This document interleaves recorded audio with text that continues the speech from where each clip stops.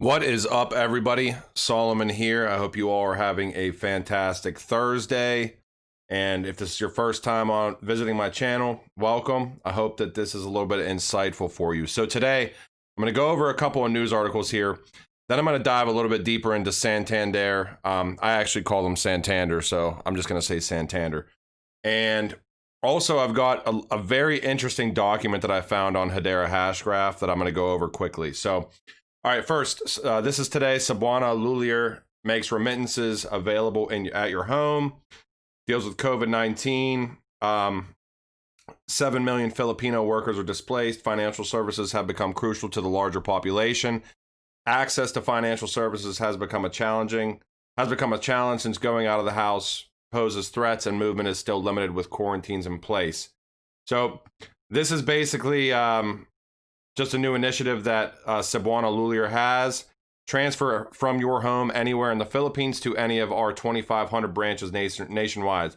If you're not aware, Cebuana Lulier is connected through RippleNet through Coin One, and there are multiple articles about them being a RippleNet member, so you can look those up also. All right, big news today as far as going public, and the first is crypto exchange Coinbase readies landmark stock market listings. Sources say Coinbase Inc. has started plans for a stock market listing that could come as early as this year, making it the first major U.S. cryptocurrency exchange to go public, according to 3 people familiar with the matter. I wonder who those 3 people are. I have no idea. We need SEC's blessing. Great. Now another one. Massive fintech Ant Financial planning Hong Kong IPO. Valuation expected to top $200 billion. That is friggin' huge. Ant Financial is part of the mega tech group Alibaba, planning an initial public offering. Value of the firm at $200 billion. According to a report earlier this year, the company changed its legal name. Okay. All right. Now, I found it. There was just an interview with D Walla today, and I know D Walla is a part of PayID. I don't need to go into this too much. More so just talking about digitization. Almost overnight, companies have started to realize that online payments aren't just safer for their customers and employees, but also more affordable. That's pretty obvious, right? But I did want to bring it up because it was in the news today. So Brave and Bitfly are partner to develop crypto wallet and expand the recognition of cryptocurrencies. Brave, BAT, the Brave browser. Bitfly is apparently the leading crypto exchange in Japan as far as trading volume is concerned. So that's cool. Now we're going to get into the Hashgraph stuff here. So I saw this today and it kind of made me think. I actually posted more of a deep dive, which I'm going to share with you to my Patreon. And very interesting. Department of Defense and the Department of the Navy and the U.S.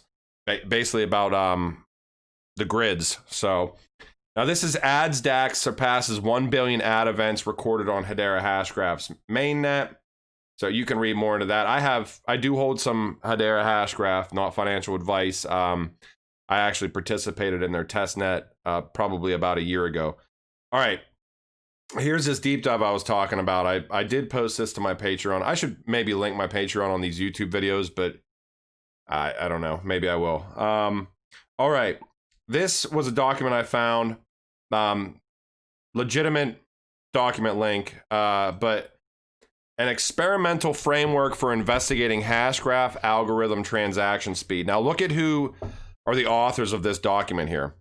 United States Military Academy. We got 5 individuals from the U.S. Military Academy. And we've got an individual from the Department of Defense. Now, they're talking about the evolving smart grid is comprised of interacting cyber and physical components and individual and institutional domains whose dynamic properties span a wide range of temporal, spatial, and spectral values. This is about power grids here. Power grids and cyber attacks. Now, it goes down into Hashgraph. State-of-the-art in use of distributed ledger technology. Choice of Hashgraph DLT for next prototyping effort. Wide area of control for the smart grid requires cyclic updates of distributed state estimates of grid energy. The Hedera Hashgraph implementation has been selected for the follow-on experiment based on the documented class of orders of magnitude faster transaction speed than Hyperledger Fabric, and the decision of IBM, the initial creator of Hyperledger Fabric, to join Hedera Hashgraph. and enable use of the Hashgraph algorithm to provide a consensus transaction service for Hyperledger Fabric blockchain implementations. That's big right there, people. Hyperledger is huge, and Hyperledger chose to join Hedera Hashgraph's governing council for a reason, in my opinion. All right. Our team believes that the current blockchain and Hashgraph technologies are set to enable improving the trustworthiness of concurrent estimates of the communication networks, the control networks, and the social cognitive networks associated with resilient control of critical infrastructures. Now, I didn't go way too deep into this, but Swirl's platform was basically a branch off of Hedera. If I'm not mistaken, in the initial token allocation, Swirls was gifted or granted a certain amount of HBAR as well. All right, moving down here. Conclusions and future work. Such efforts will be made easier if the Hedera Hashgraph vision of a fully decentralized, permissionless public ledger, potentially millions of nodes, comes to pass, since oracles can then be constructed which provide streams of expert data required to support such analysis. And the acknowledgements down here, Office of Naval Research. Pretty big stuff there, everybody. All right, MoneyGram digital growth remains strong, maintains strong momentum, and market expansion continues. Company achieved 106% year-over-year digital transaction growth in June, driven by strong demand for the mobile app, high customer retention rates, and continued digital market expansion. I looked at the MoneyGram stock price today, and I think it was up it was something crazy as far as we always say crazy with stock markets, but it was crazy. I think it was like 14% or something. But all right, this is real quick before Santander here. This is Aspen Institute, and every once in a while, I kind of find something that sticks out to me as far as Ripple employees are concerned. This is Anja Manuel, and she is a heavy hitter here. She sits on the board at Ripple, okay? As of, I think it was 2017, but she had been a RippleNet advisor or Ripple advisor since 2015. And it's like a super kind of, I don't know. It's a very straightforward like LinkedIn site here, but she is a board member of the National Committee on U.S.-China Relations, which is crazy. She is a board member at OSG, leading provider of energy transportation services, delivering crude oil and petroleum products throughout the world. Own and operate a combined fleet of 25 vessels, primarily registered in the United States. Former State Department official. She is also, this is the CNA here, and this is like a subsect of one of the groups that she's a board member of. And this was a document I just found today, and I'm going to get into Santander in a second here, but cryptocurrency, implications for Spec Ops or Special Operations Forces. This was from 2019 from CRM. You'll see who CRM is here in a second. Talks about different types of cryptocurrencies here, but I always like the abbreviations. You go down into here, and it's talking about, Joint Special Operations University, Operation Gallant Phoenix, Special Operations Forces, Weapons of Mass Destruction, Monero, Ripple, Zcash, Ethereum, Department of Defense, Center for a New American Security, which she is also a board member of, CIA. I mean, I don't want to dive too deep into that because I don't want to put anything out there, but she's definitely a heavy hitter. It's amazing to me, these people that Ripple has either on their board or that they're actually employing. I mean, I don't think that there's, I don't know, not tinfoil hatty at all. It's just crazy that high level of individuals are joining basically a startup that's been around since 2011 or whatever. Okay, now this is CNA, and just so you know that this was in that document we just saw. This is actually a CNA document. In the early 1990s, in order to carry out non-Department of Defense work, the Center for Naval Analysis established CNA, and in 1993 founded this group. So this is Aspen Security Forum, and I'm not going to really get into this, but for all you Riddler fans out there, I thought that this picture was interesting. This is actually an interview with this lady. Hold on, let me find her again. Anja Manuel. So this was also interesting. You see the fireplace, obviously, and stuff. She has her own website, I think. Yeah. There you go. There's another picture for you Riddler fans out there. There's the Brave New World ship. All right, moving on. Let's get into the real stuff now. All right, Santander adds several available regions for app in partnership with Ripple. And there is a very interesting interview with one of the lead executives at Santander. Santander, I said it, wow. Which I'm going to share with you in a second, which is very, very enlightening because we always just attach Ripple to the bank itself, right? But Santander is actually, the bank is owned by Santander Group, which is giant. All right, let's read this article real quick, and then I'm going to move along here. Now, also this guy, what is this guy's name?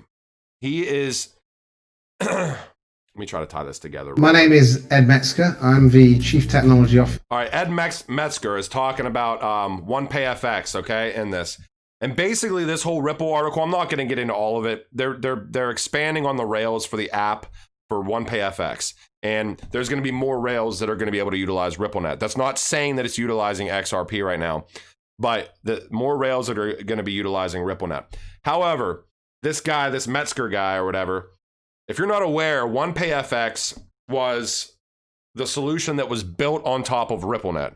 And then they introduced this PagoFX thing, which is basically to go open market, okay? PagoFX, this same dude is like one of the leading, let me see if it's in here. Yeah, this is about PagoFX. PagoFX to launch in spring and rival TransferWise.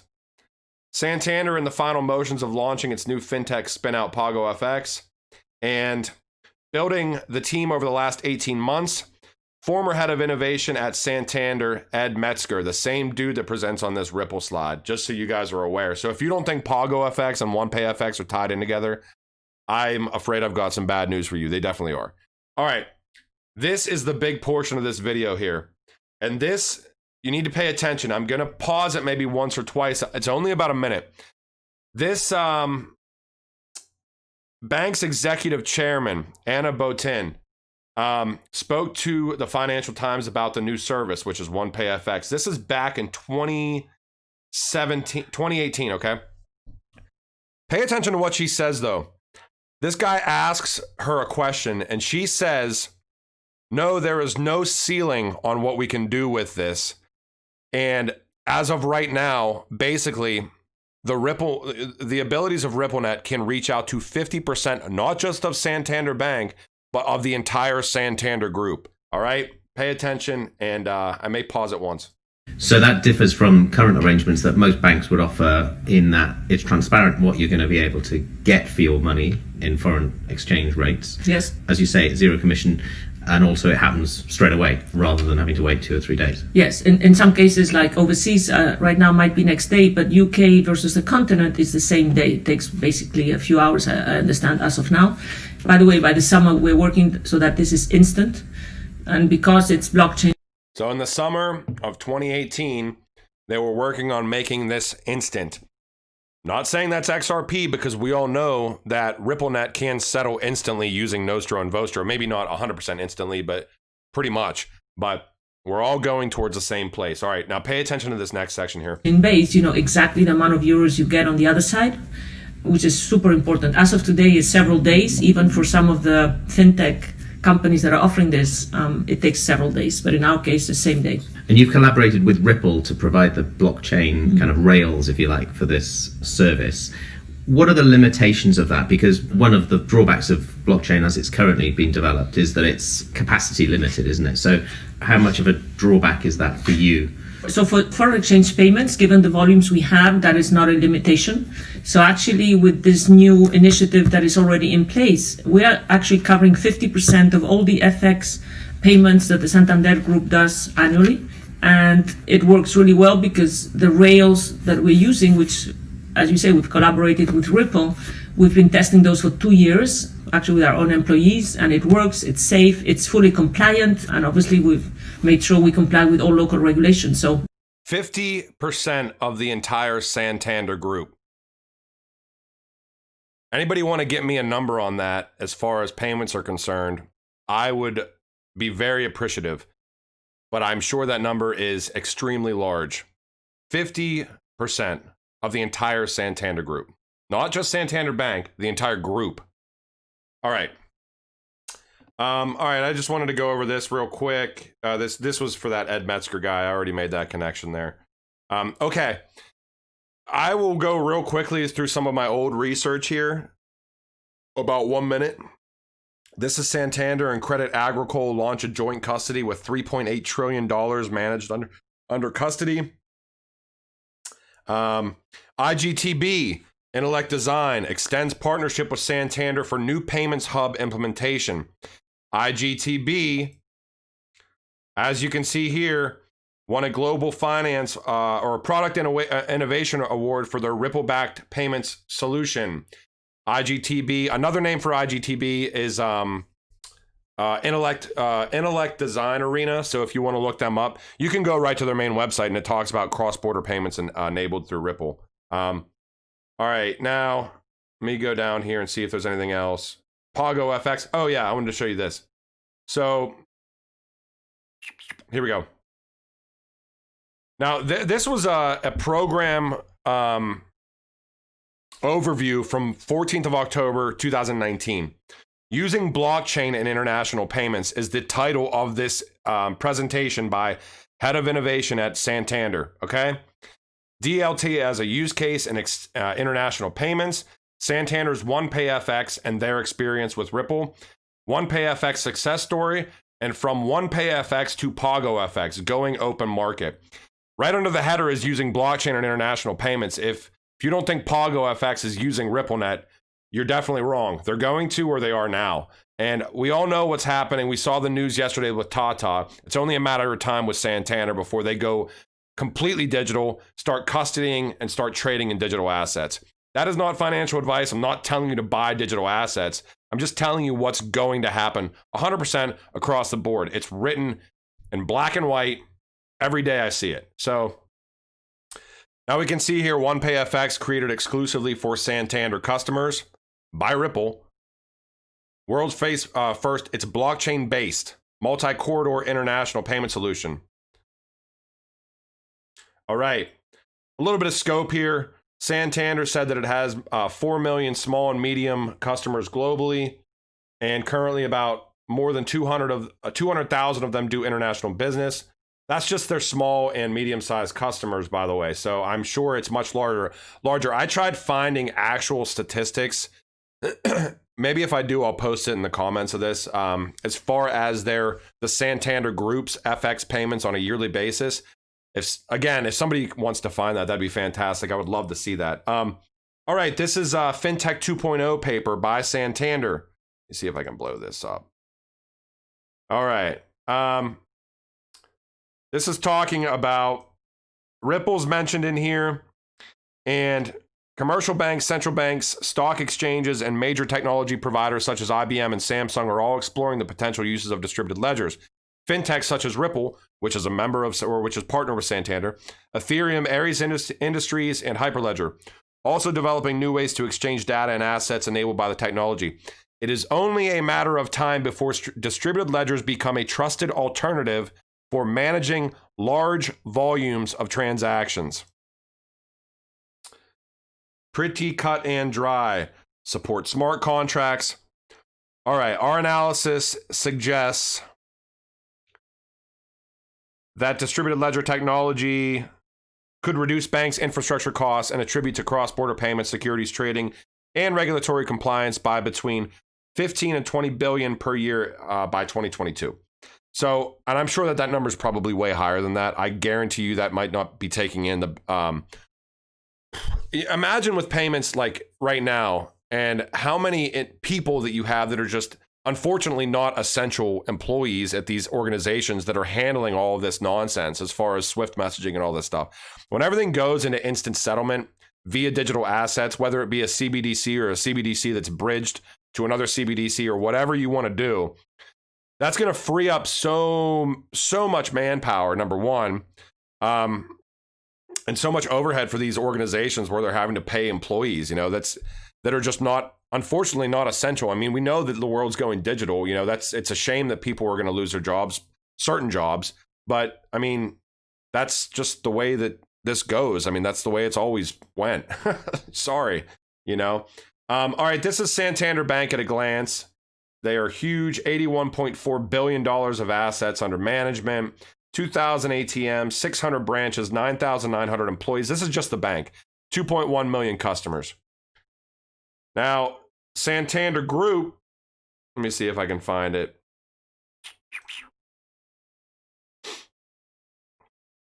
Santander US is a diversified financial business with 17,500 employees, serving 5.2 million customers and with 144.8 billion assets. This has got to be the group, I guess. This is just US.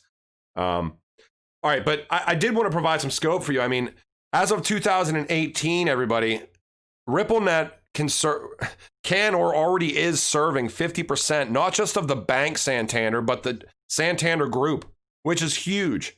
I hope that there's no news tomorrow because I really wanted to take a break today and not do a video. If there's news, I'll put it out. If there's not news, or if there's news that's pretty self-explanatory, but some of these need a little bit of a deeper dive. Some of them need scope and context just to understand the size of what's going on across the board here. Now, we saw today, obviously, they're expanding Rails for their app that supports RippleNet. So that's fantastic news. I can't wait for that app to support XRP or even other digital assets. And I hope you guys liked the little tidbit about Hedera Hashgraph in here today. I did find that. I thought it was extremely interesting, the DOD and the Department of the Navy. So you guys have a good rest of your day.